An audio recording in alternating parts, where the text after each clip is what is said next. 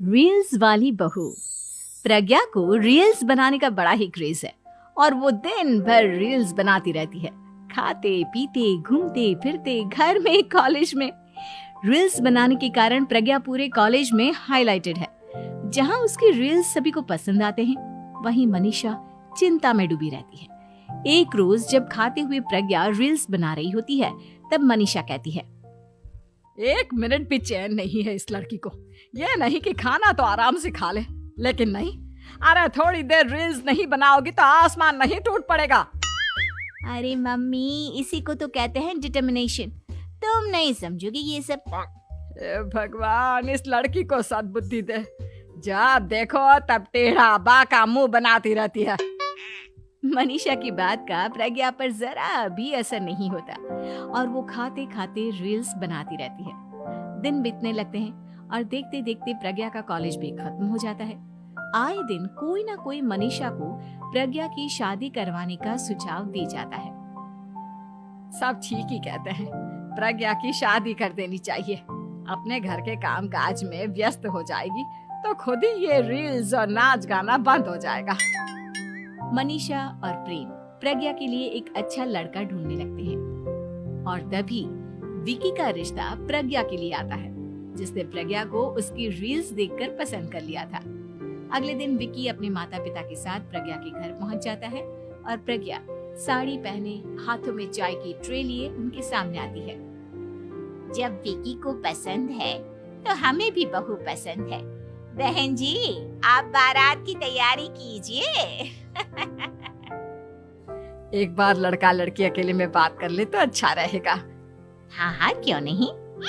मनीषा विकी को प्रज्ञा के कमरे में भेजती है, जहां प्रज्ञा पहले से ही रील्स बना रही होती है। तभी विकी कहता है, आ गए आपके साजन जी। हमारे साथ ये रील्स कंप्लीट करती तो और भी अच्छा रहता। अच्छा जी, अब आ ही गए हैं तो बना ही लेती हूँ आपके साथ। दोनों मिलकर रील्स बनाते हैं। जब वी मीट और तुरंत पोस्ट भी कर देते हैं। फिर विकी कहता है, जब आप साड़ी में चाय लेकर आई तब मुझे लगा कि कहीं मैं गलत घर में तो नहीं आ गया। अब सही है। दोनों की शादी पक्की हो जाती है और शादी के दिन भी प्रज्ञा रील्स बनाने से चूकती नहीं। यहाँ तक कि बारात के समय भी नाचते हुए रील्स बनाती है। सभी लोग प्रज्ञा की तारीफ के पुल बांध देते हैं और प्रज्ञा नाचती गाती अपने ससुराल चली जाती है। सब कुछ अच्छा चल रहा होता है। प्रज्ञा यहाँ भी दिन भर हर चीज की रील्स बनाती रहती है। लेकिन कुछ दिनों के बाद जब सुनीता कहती है, बहू, ये रील्स के साथ साथ कुछ काम भी कर लिया करो। वैसे तुझे और क्या क्या बनाना आता है? मम्मी जी, वैसे तो सब कहते हैं कि मैं सब कुछ अच्छा बनाती हूँ, लेकिन मुझे लगता है कि मैं मैगी अच्छा बना लेती हूँ। हाँ, कॉफी भी अच्छा बना लेती हूँ और मुंह तो सबसे अच्छा बना लेती हूँ। हैं? अच्छा अच्छा। सुनीता अपना माथा पकड़ लेती है और कहती है, बहू, कुछ खाना बनाना भी सीख लेती। मम्मी जी, मैं लंबी प्लानिंग कर रही हूँ। जल्दी ही मैं इतनी फेमस हो जाऊंगी कि मुझे पैसे मिलने लगेंगे। हम दोनों सास बहू राज करेंगे, राज। नौकर काम करेंगी और लोगों की तो लाइन लगेगी हमसे मिलने के लिए। तेरा दिमाग खराब हो गया है क्या बहू? हंसी मजाक तक ठीक है, लेकिन इस तरह घर नहीं चलते। जितना जल्दी हो इस घर के तौर तरीकों को सीख लो। प्रज्ञा मुंह घुमाकर चली जाती है और तुरंत उसी वक्त एक रील बनाती है।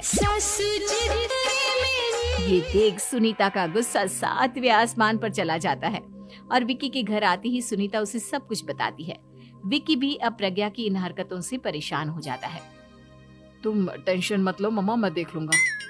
विकी कमरे में जाता है तो देखता है कि प्रज्ञा रील्स बना रही है। विकी बड़े ही प्यार से प्रज्ञा से कहता है, प्रज्ञा, इन सब के लिए मैं तुम्हें मना नहीं कर रहा हूँ, लेकिन फिर भी हर वक्त तो ये अच्छा नहीं लगता ना। समझने की कोशिश करो, मुझे भी तुम्हारा थोड़ा वक्त चाहिए। मैं जब ऑफिस से आता हूँ तो मुझे समय देने की जगह इसी में लगी रहती हूँ। तुम ज्यादा ही सोच रहे हो। तुम भी मेरे साथ रील्स बेटी से रिश्ता। कहानी मयंक और विभा की है। मयंक एक अच्छी नौकरी करता था, लेकिन विभा की जाति का ना होने के कारण विभा के माता पिता शादी के लिए नहीं मानते हैं। पर जब दोनों अपनी मर्जी से शादी कर लेते हैं तो क्या है विभा, 6 साल हो गया है शादी को, लेकिन एक दिन नहीं गया कि तुम माँ पापा को याद कर परेशान नहीं होती। मैं कितनी कोशिश करता हूँ कि तुम सब भूल जाओ। कोई नहीं भूल पाता है मयंक, माँ पापा को कोई कैसे भूल सकता है। तभी सास का फोन आता है।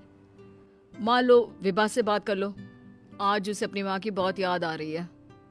बेटा विभा, मैं आ जाऊं? हम दोनों चलेंगे तेरे माँ पापा के पास। बोलो। ना माँ जी, वो आप लोगों को कुछ बोलेंगे तो मुझे और भी बुरा लगेगा। आखिर आप भी मेरी माँ ही तो हैं। अरे सुन लेंगे ना यार, कोई बात नहीं, बोलेंगे ही ना।